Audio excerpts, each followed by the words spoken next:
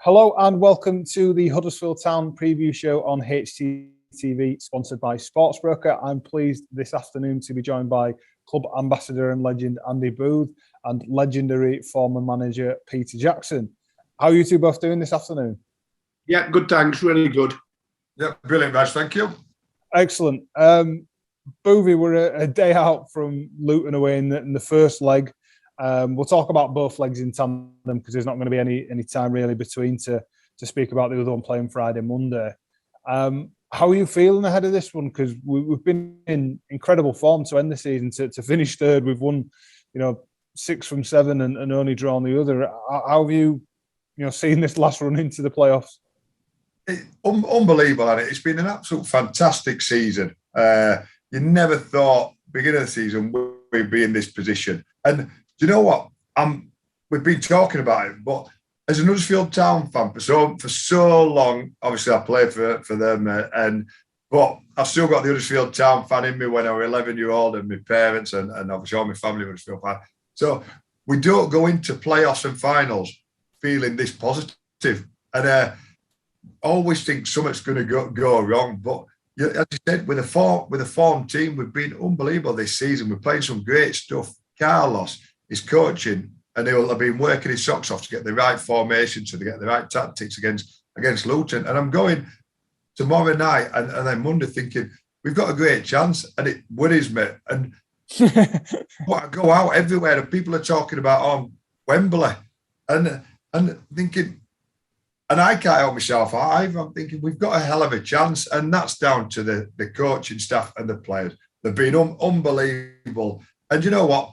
If it doesn't happen, it's still been an absolute fantastic season. Expectations have been, it's just been, we never thought we'd be here. But to be third in the league, I know they talk about Forest and Sheffield United, but we're the form side.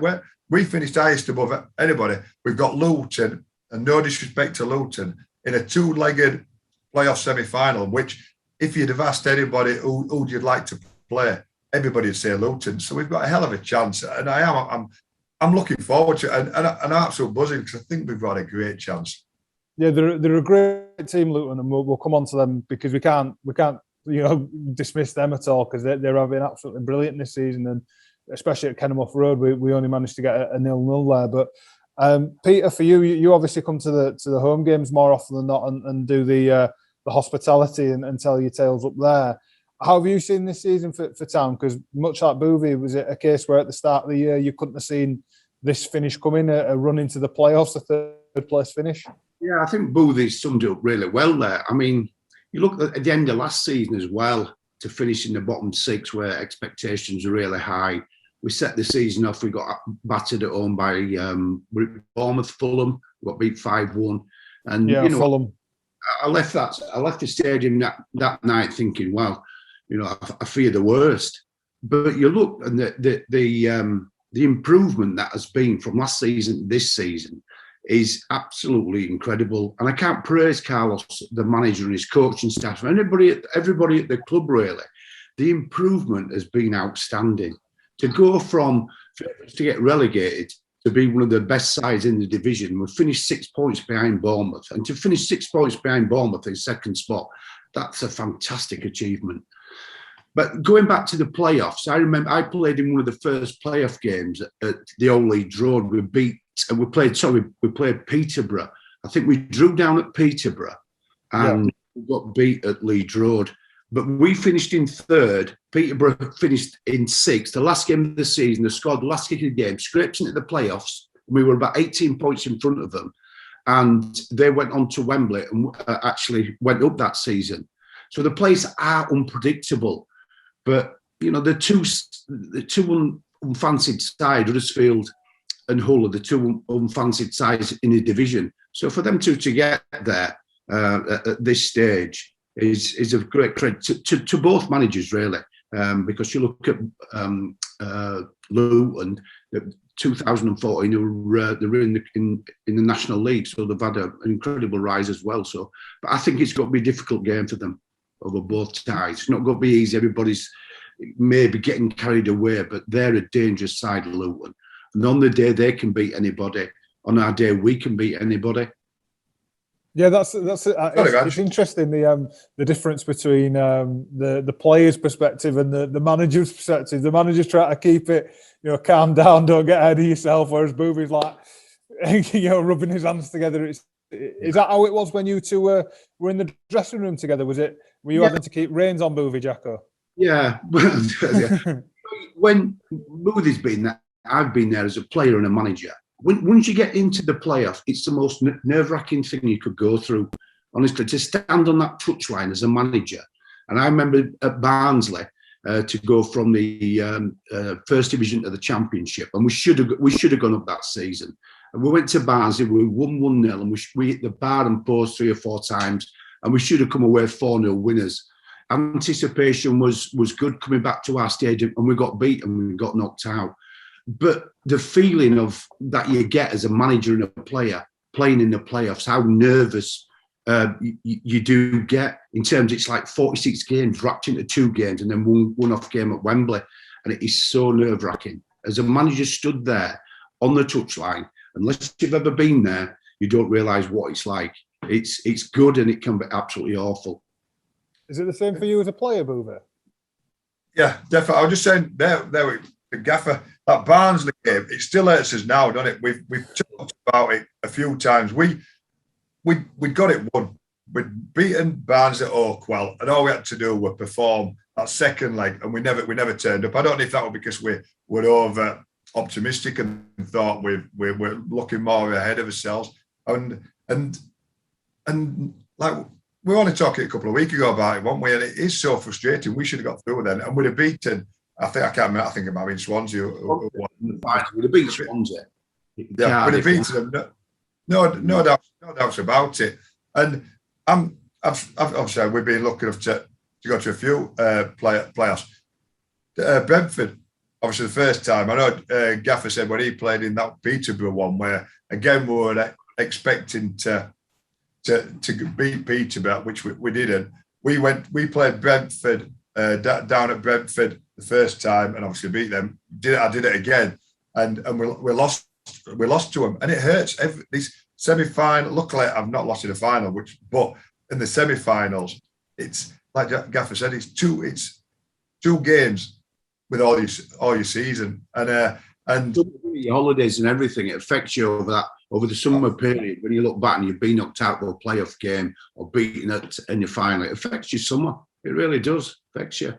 It does, and like when we play, we had that final obviously down at Cardiff against Mansfield. But the Lincoln game, we'd done his job away from home, haven't we? We're 2-0, don't we? We're 2-0, and we came back again thinking all we have to do is turn up. Gary Taylor-Fletcher scored after about 8 minutes, and then somebody else did, and we're 2-2 after 20 minutes. And the atmosphere that night, Booth, against Lincoln was the best atmosphere ever. Honestly, it was incredible that night, wasn't it?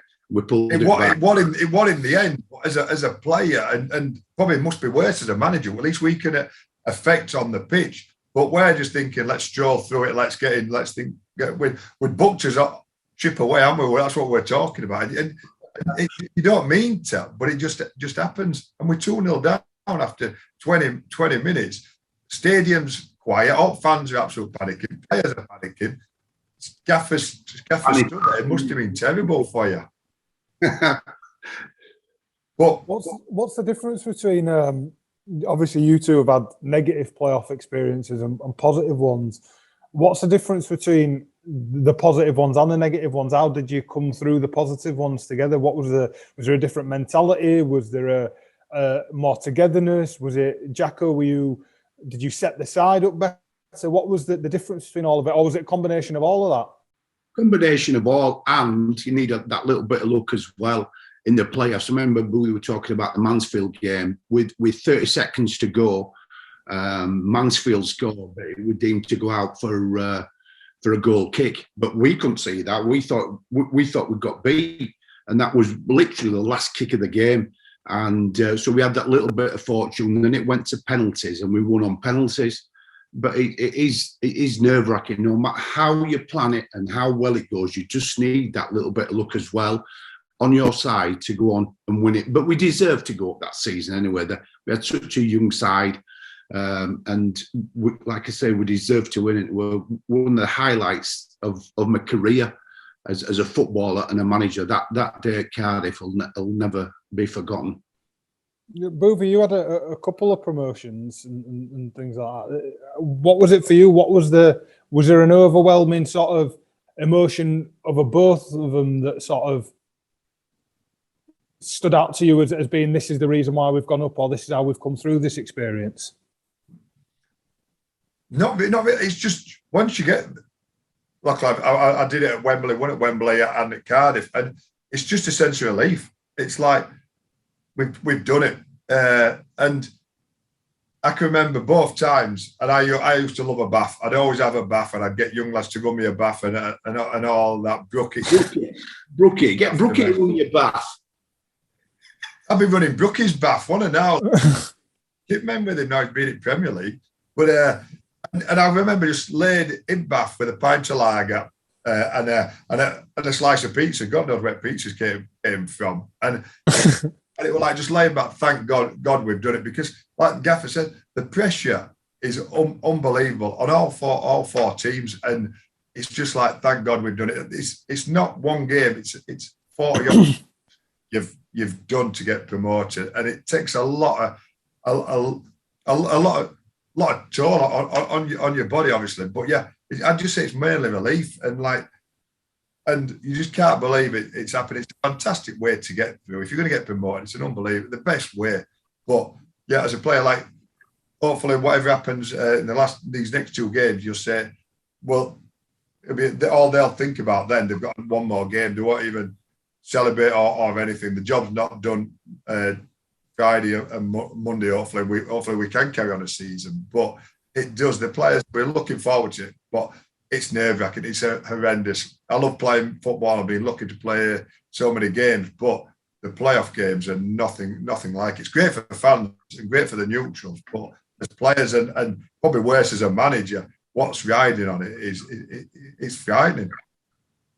Yeah, it's funny because everyone who talks about the playoffs, is obviously so happy to be there and really proud of the achievement we've had this season. But everyone suddenly says, "Oh, I really hate the playoffs. So I wish we weren't having to go through this again."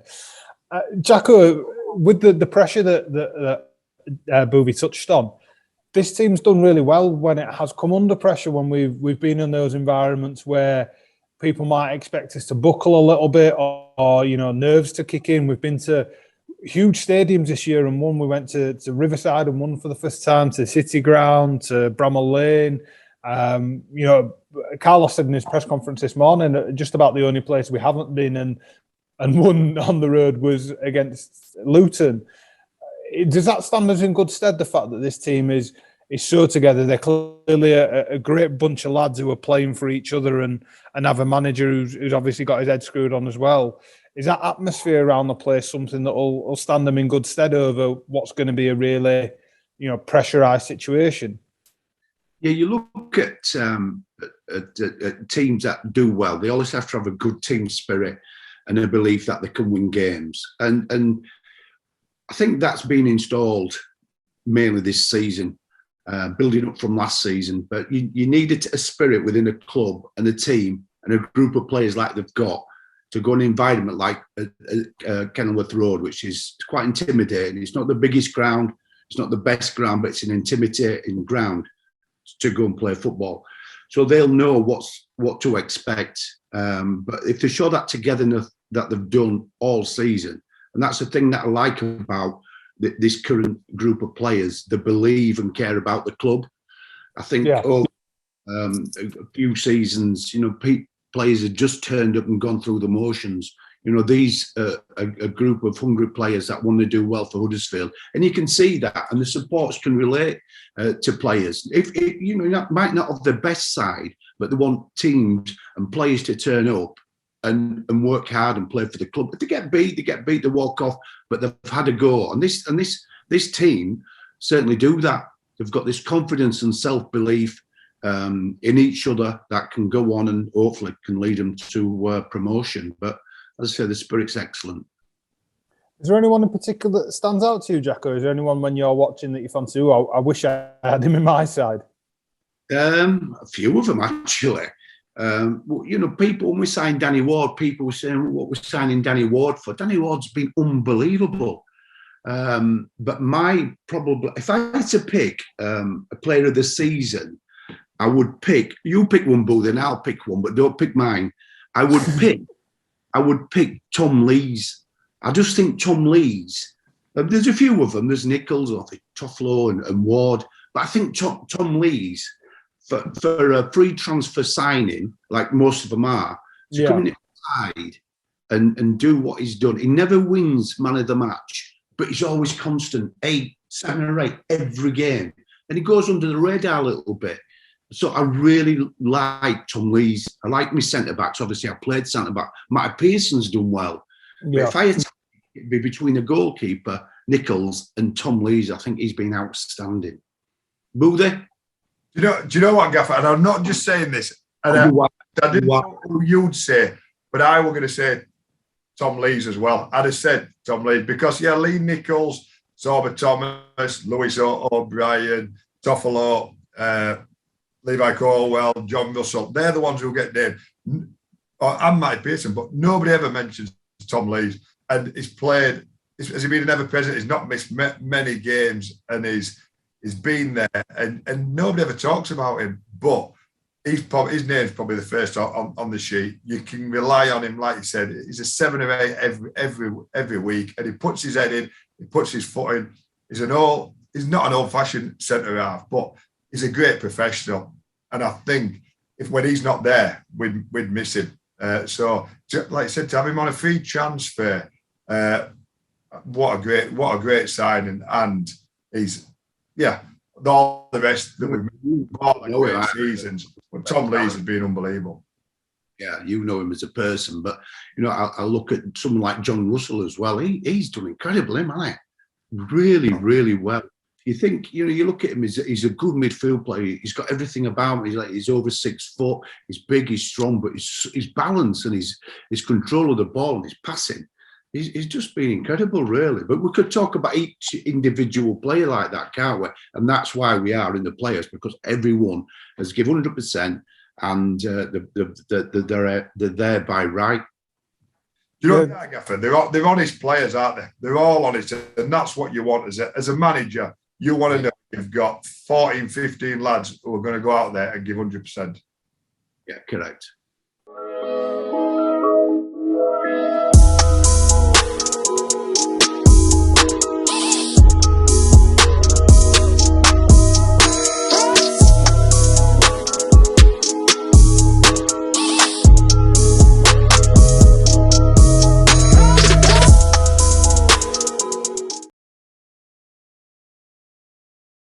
With Tom Lees, it's interesting you bring up his professionalism and his consistency. I think it's something like his 550th appearance. It'll be if he plays tomorrow, and he's 31 years old, and I think it's less than 20 substitute appearances in that, which is remarkable, isn't it? That he's kept himself in such good nick for such a long amount of time, and he prides himself on being available and wanting to play games. And there's been a few times this year where his head's been bust open. He's come back on, patched up. I think only one at games he's had to miss is with his head that's been too wounded to actually play the next game. But I think he actually scored a few with his head bandages on and stuff. So he's been fantastic, and I think that spirit is something that's got them to where they are. But something I wanted to touch on with you, Boothie, is that spirit's not just been on the pitch this season, but it's been in the stands as well, and it's been something that we've perhaps, as we've struggled over the past few years, we've been missing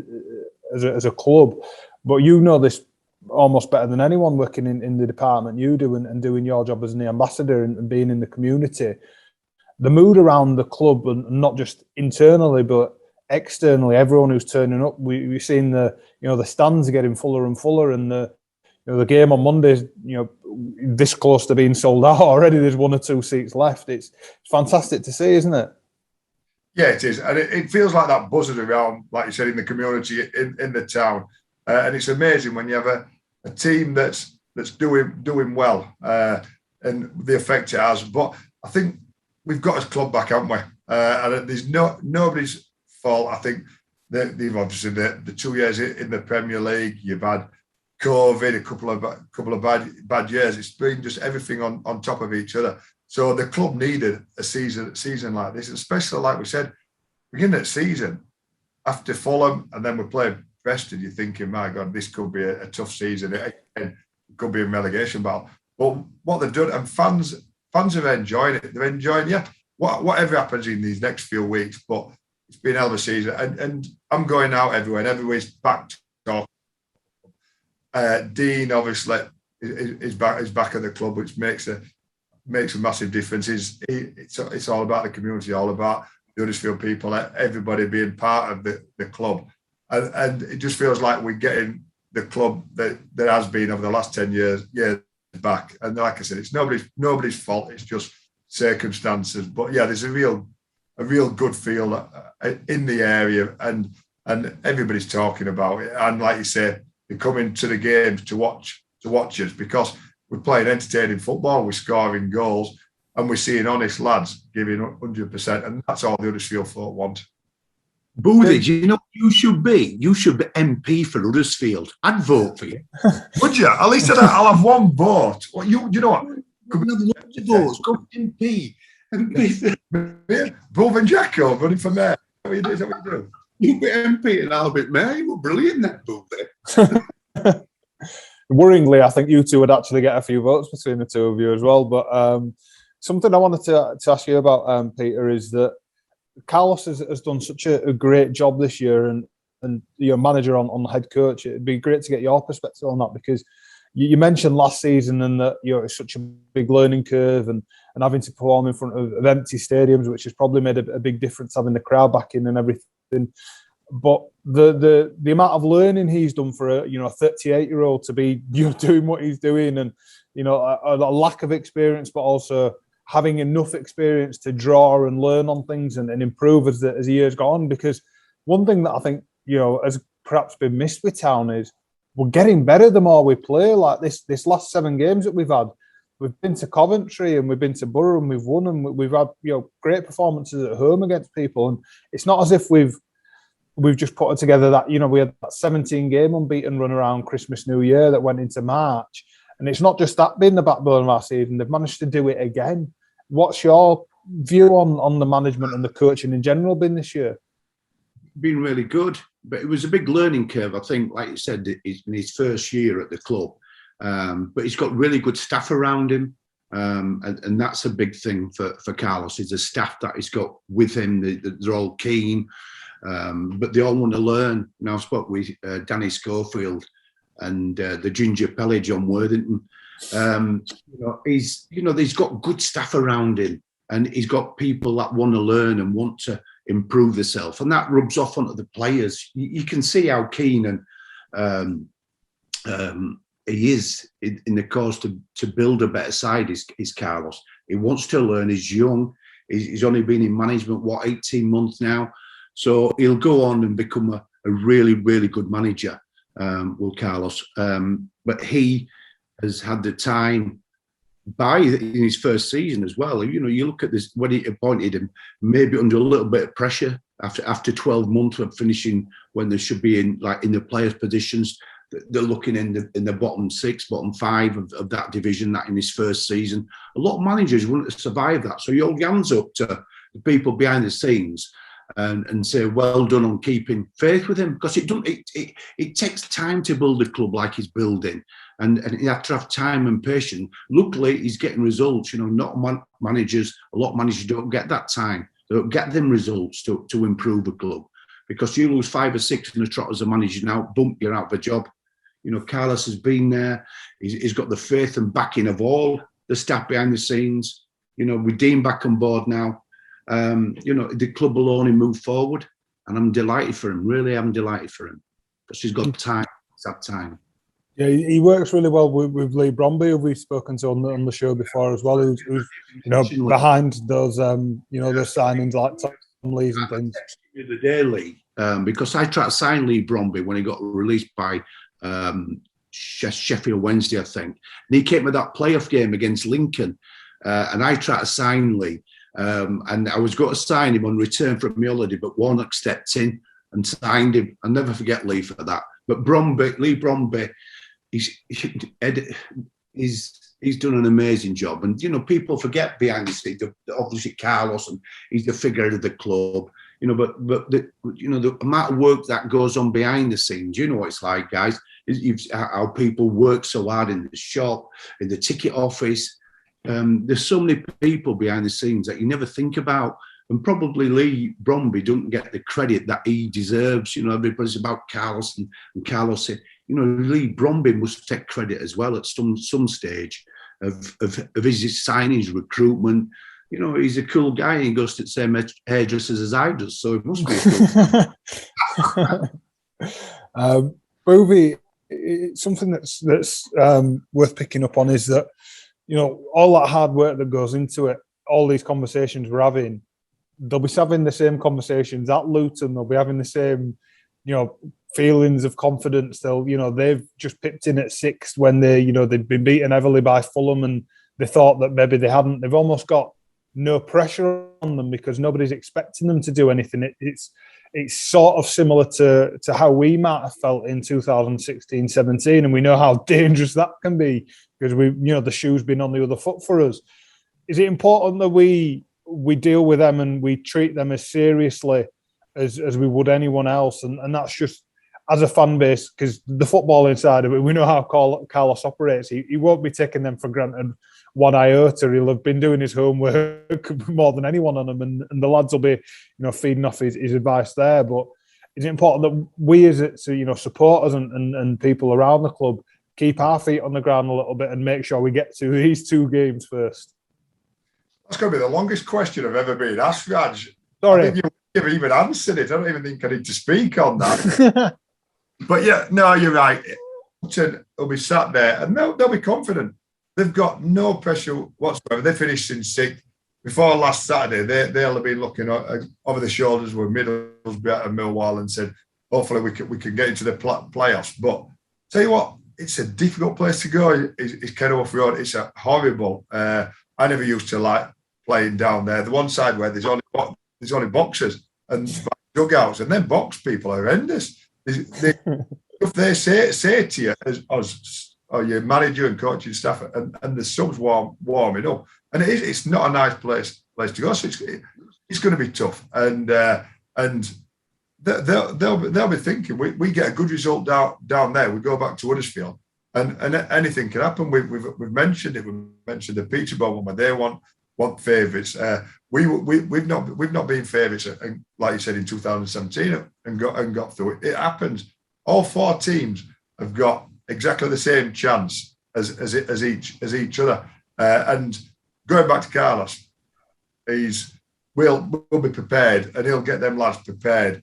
He'll have worked on everything about Luton. It's unbelievable, his work ethic and his knowledge of the opposition, the work he puts in and his coaching staff is unbelievable. So we won't leave it down to look to chance that we're going to go through. If we do win, it's all preparation, but we know how tough it's going to be. And yeah, we're looking forward to it, but it's going to be two hell of a games, because Luton will fancy the chances just as much as we do. Booty, remember when we went down to Luton? Remember they'd been unbeaten for about 2 years at all, and we went down there with Huddersfield. Can you remember? We beat them 2-1. Who scored the 2 goals? Well, do you know what? And you put me sub that day, so I wasn't even playing. You put Junior Mendes in front of me. The replacement was Junior Mendes, wasn't it? He scored twice, didn't he? Yeah, he did. I can't believe you played Junior Mendes in front of me, and he scored twice, and I'm sat on bench getting hammered by them box holders behind me. Yeah, well played, Junior. I played 600 games for club, and you're on bench. No booty, wasn't it? Jacko, I was going to ask you, if you were in the dugout ahead of this game, what would you be saying to the lads before they went out in the dressing room before this one? What would your team talk look like? More or less same as what they have been doing. I think they need to be. I think they're quite a direct side. Luton. They're dangerous at set piece. It's important that. And Carlos would have done that and make them organised at set pieces, which they have been more or less all season. And don't switch off. As I said, they're a little bit more direct than a lot of teams in that division. The other two teams in the playoffs, Sheffield and Notts Forest, are a little bit more direct to Luton. So it's about being positive and going to the game knowing that they have to battle first to get anything at Luton. They have to put the bodies on the line and battle for every single aerial battle, every single tackle, because that's the sort of team Luton are. They give everything week in, week out. Might not be the best squad of players, but they've got their merit and they are a danger. Yeah, I noticed.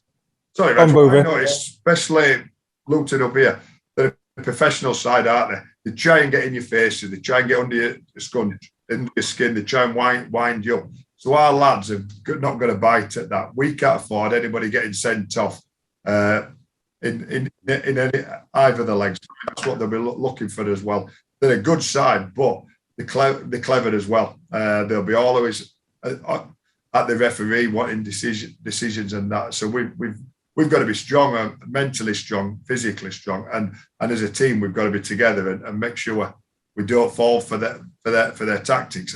And the last thing we want is to get anybody sent off. Yeah, exactly. Boothie, the other thing that we want is we want to see John Smith's full on Monday, because it makes a huge difference, doesn't it? Oh, massively! It's a fantastic stadium when it's full, and we've got all four sides will be full. I know the Fantastic Media Low is going to be full, so it's going to be bouncing, and we need every fan come down here, get behind the team, because like I said, they're going to need it. It'll be a tough. Whatever happens on Friday, the main game is Monday. That's when you win or lose the leg. So it might not be going right. Whatever result we take into it, the fans can play a massive part of it, and it's so important. Let's get behind them and let's lift them players and let's get us to Wembley. Exactly. I've taken enough of your two time this afternoon, so thank you very much for joining us. Hopefully we'll see you both on Monday, and it'll be a positive result tomorrow. Don't forget, vote for Andy Booth. Vote for Andy Booth. And be for Huddersfield. I'd vote for you, Booth. Gee, Gaffer, let's go for it. Let's go on. Let's go. See you, mate. Excellent. Thank you very much. And thanks to Sportsbroker as well for sponsoring the show.